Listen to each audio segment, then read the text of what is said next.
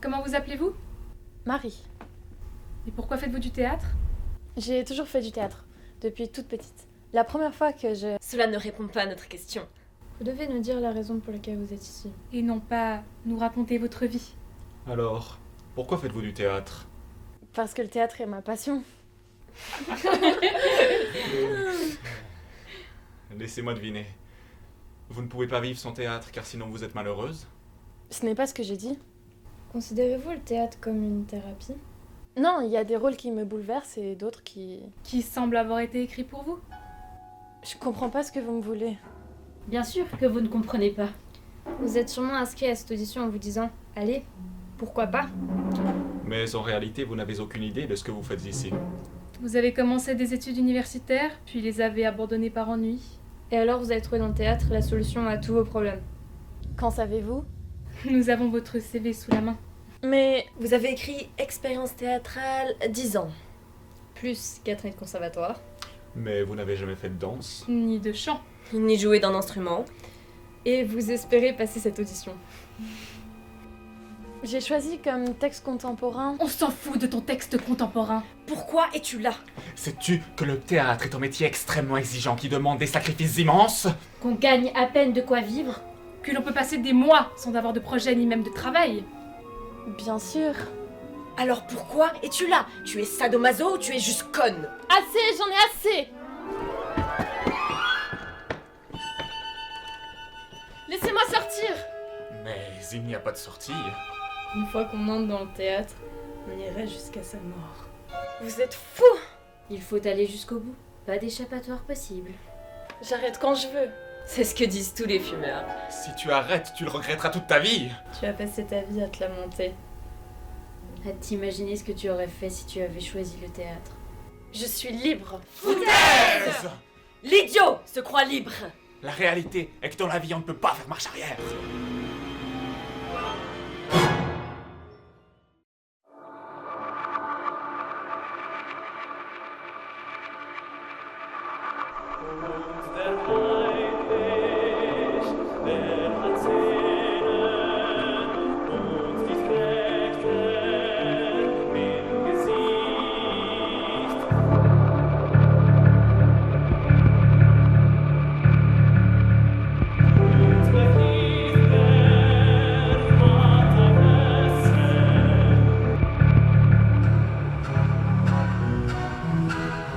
Là, ça sent la merde, ça sent l'être. L'homme aurait très bien pu ne pas chier, ne pas ouvrir la poche anale, mais il a choisi de chier, comme il aurait choisi de vivre, au lieu de consentir à vivre mort. C'est que, pour ne pas faire caca, il lui aurait fallu consentir à ne pas être, mais il n'a pu se résoudre à perdre l'être, c'est-à-dire à mourir vivant. Il y a dans l'être quelque chose de particulièrement tentant pour l'homme. Et ce quelque chose est justement le caca! On doit en finir avec cette idée des chefs-d'œuvre réservés à une soi-disant élite et que la foule ne comprend pas.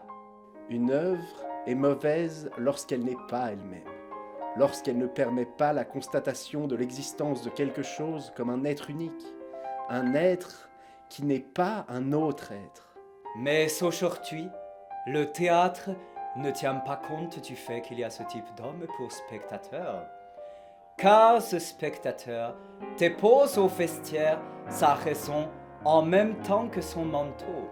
Le secret du théâtre dans l'espace, c'est la dissonance, le décalage des timbres et le désenchaînement dialectique de l'expression. Lorsque la parole est usée, c'est que l'esprit est usé. Le spectateur et le comédien devraient non pas se rapprocher l'un de l'autre, mais au contraire s'éloigner l'un de l'autre. Chacun devrait s'éloigner de soi-même, sinon c'en est fini de l'effroi nécessaire à la connaissance. Et l'acte de création dans le processus artistique? Nul n'a jamais écrit, ou peint, sculpté, modelé, construit, inventé, que pour sortir en fait de l'enfer. Comment prouver à l'humanité du XXIe siècle que nous avons plus que jamais besoin du théâtre? Ne faut-il pas décloisonner le théâtre pour qu'il soit dans l'air du temps? Vouloir être de son temps, c'est déjà être dépassé. Mais le théâtre n'est plus à son âge d'or. Plus personne s'intéresse à l'art dramatique. Croyez-vous qu'il y ait encore de l'espoir pour les jeunes comédiens? Non. Parce qu'ils jouent mal? Non, parce qu'il joue faux. Comment devraient-ils donc jouer? Pour un public de l'âge scientifique. Devons-nous donc voir de la science au théâtre? Non, du théâtre.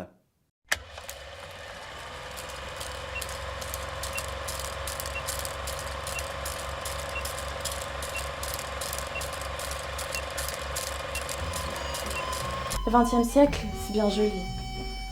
Le théâtre de l'absurde, l'existentialisme, le dadaïsme, l'incommunicabilité du langage, l'unité de temps mise à mal. Mais il est devenu un horizon indépassable, un brouillard trop épais, un rideau de plomb qui nous rend difficile la lecture de pièces des siècles passés. Qui êtes-vous? Nous sommes les producteurs. Nous avons des objectifs. Nous prenons des décisions. Nous travaillons au rendement du théâtre. Les artistes ont été renvoyés. Les subventions ont été coupées. La création, jetée au panier. Les théâtres ont été relookés. Les loges réaffectées. On achète, on consomme, on jette. C'est interdit de fumer partout. Le rendement augmente le stress. Forcément, alors on fait des pauses.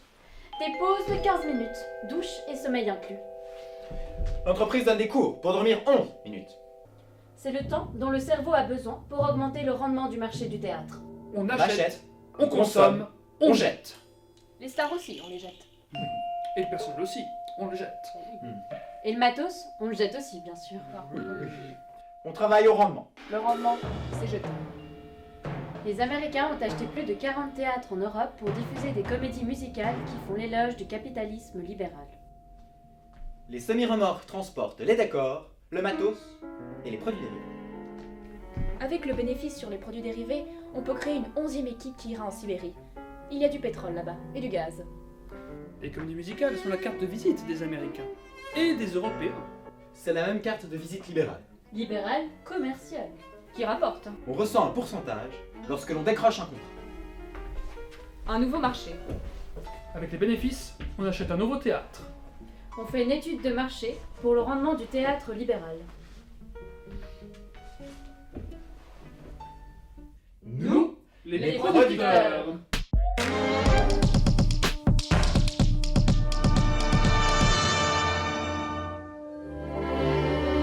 Dancing and singing in the rain.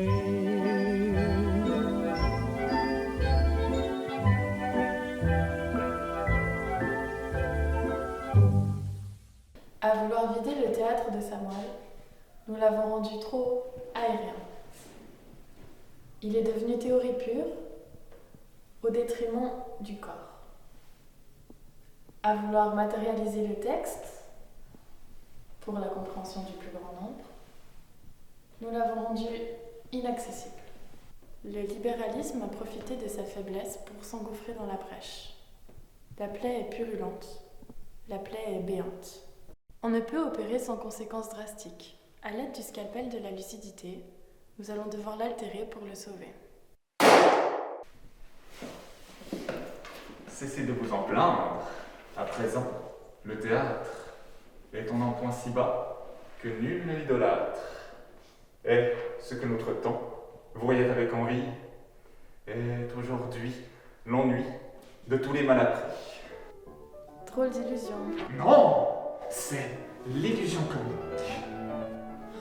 Le théâtre dans le théâtre, le moyen qu'a trouvé Corneille pour déjouer les règles classicistes. Merci de m'avoir ouvert les yeux. Quelle grâce ici ne vous dois-je pour en rendre. Servir les gens d'honneur est mon plus grand désir. J'ai pris ma récompense en vous faisant plaisir. Adieu, je suis content, puisque je vous vois l'être.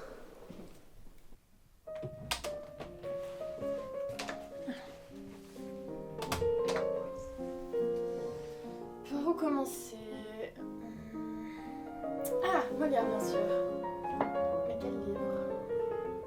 Les maladies imaginaires, les femmes savantes. C'est quoi ce livre? Don Juan. Pourquoi personne ne joue jamais cette pièce? Parce qu'elle dérange. Elle dérangeait, mais aujourd'hui, Aujourd'hui encore. Pour d'autres raisons. les gens ne sont plus autant à cheval sur la religion. Ils sont toujours moralistes. Le plaisir sexuel n'est plus un tabou. Sauf si on le regarde sous l'angle du féminisme.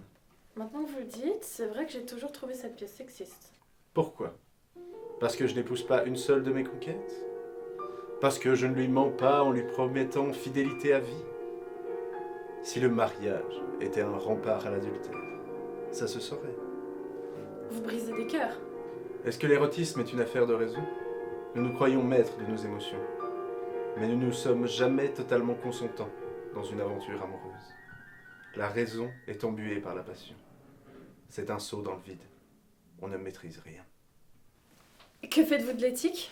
Il n'y a, à mon sens, pas d'amour éthique. Tout acte passionnel est un viol fait à l'individualité. Mais vous ne pouvez pas... Et alors quoi? Vous voudriez traîner en justice chaque personne qui vous a quitté pour une autre? Vous ne pouvez pas traiter toutes les femmes comme des marchandises. Quoi qu'il en soit, madame, votre corps est aussi une marchandise. Pour votre metteur en scène. Toutes les femmes ne sont pas des prostituées. Parlons-en de la prostitution. Qui êtes-vous? Comment, qui que je suis? Bah, la même crevette, pardi. Le personnage principal de La Dame de chez Maxime de Georges Feydeau. Tu l'as dit, Bouffi. Salut, Juju. Salut la maman. Vous vous connaissez? De vue. Je vois. Que pensez-vous de la pièce de Molière à la lumière du féminisme? Le féminisme. Qu'est-ce que vous avez tous avec ce mot? Il faudrait d'abord déterminer la position des prostituées dans le combat de l'émancipation féminine avant de se proclamer féministe. Quelle émancipation? S'émanciper de quoi? Depuis que elle, écoutant le serpent, Séduisit cette bonne patte, Adam. l'homme ne sait jamais ce que trame. Cœur de femme, femme. Elle change du soir au matin. Hier ne ressemble pas à demain. Pas moyen de comprendre le cœur féminin. On y voit jamais bien.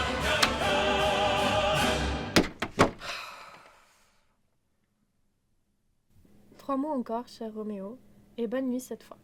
Si l'intention de ton amour est honorable, si ton but est le mariage, fais-moi savoir demain, par la personne que je ferai parvenir jusqu'à toi, en quel lieu et à quel moment tu veux accomplir la cérémonie, et alors je déposerai à tes pieds toutes mes destinées, et je te suivrai, mon Seigneur, jusqu'au bout du monde. Jusqu'au bout du monde. C'est trop fleur bleue pour moi. On voit bien que vous n'êtes jamais tombée amoureuse. Pas de cette façon. Je sens du regret dans votre voix. Seriez-vous jalouse?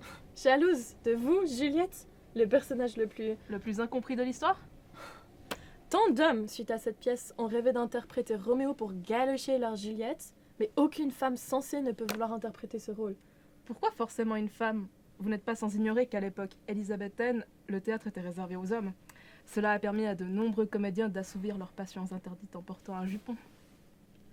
Une fois de plus, on s'égare. Voici le poignard de la cancel culture, l'arme qui condamne les œuvres à l'amnésie collective. Ne dites pas de bêtises, ce rôle est mondialement connu, comment pourrait-on l'oublier? Si vous me jouez, vous vous exposerez au jugement de vos contemporains. Car après tout, Roméo et Juliette, c'est trop hétéronormatif. J'ai fait mon temps, laissez-moi rejoindre mon amant. Non, ne faites pas ça. Oh, heureux poignard, voici ton fourreau.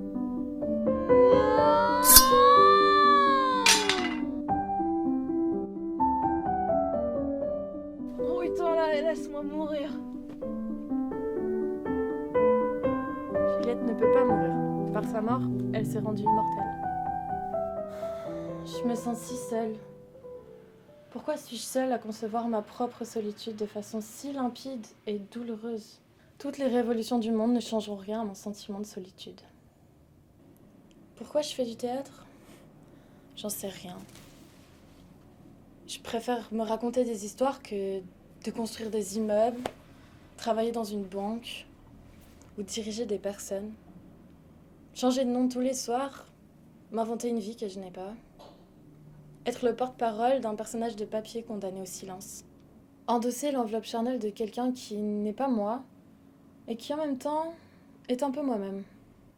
Je voudrais être un fantôme, ne laisser aucune trace, traverser la vie sans bousculer personne. Mais il faut bousculer les gens, sinon on meurt avant de mourir. Il faut mourir à point, sans s'y être préparé. Sinon, à quoi sert de vivre?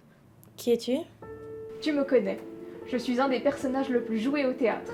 On m'a tué pour avoir été à l'encontre des lois édictées par mon oncle. Antigone! Moi-même. Mais laquelle? Il y a tellement de versions différentes. Je ne te le dirai pas. Il ne faut pas toujours tout expliquer.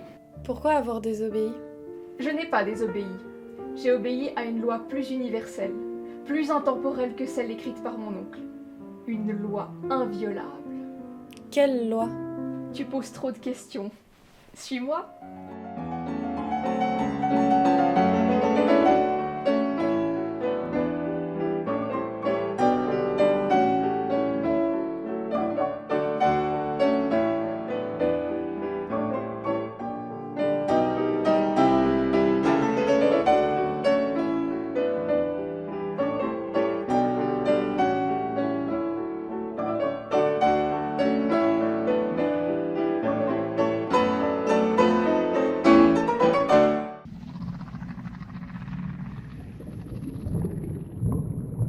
Mais c'est moi. Tu dors comme un bébé. Comment puis-je être ici si je suis là? Qu'est-ce que j'en sais? Tu n'avais pas une audition? Oui, à 8h. Tu as dû t'assoupir. J'ai pas dormi la nuit dernière. J'ai pas envie de me réveiller. Il le faudra bien. Maintenant, je peux être qui je veux, quand je veux, faire ce que je veux. Si je me réveille, je serai juste une pauvre conne qui s'est assoupie et puis qui arrive en retard à son audition. Ce n'est qu'une audition, il y en aura d'autres. On y retourne? Ok, mais cette fois, c'est toi qui fais Antigone et moi qui fais Marie. Comme tu veux.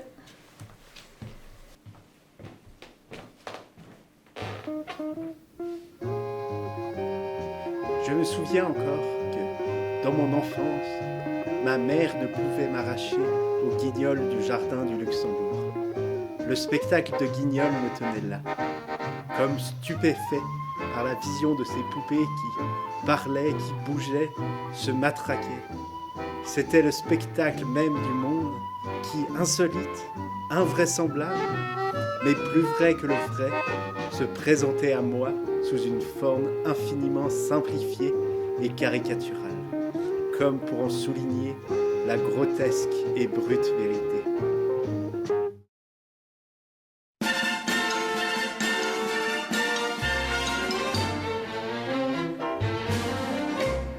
The clown with his pants falling down, or the dance that's a dream of romance, or the scene where the villain is mean, that's entertainment. The lights on the lady in tights, or the bride with the guy on the side, or the ball where she gives him her all, that's entertainment. A fight like you see on the screen, a swain getting slain for the love of a queen, some great Shakespearean scene where a ghost and a prince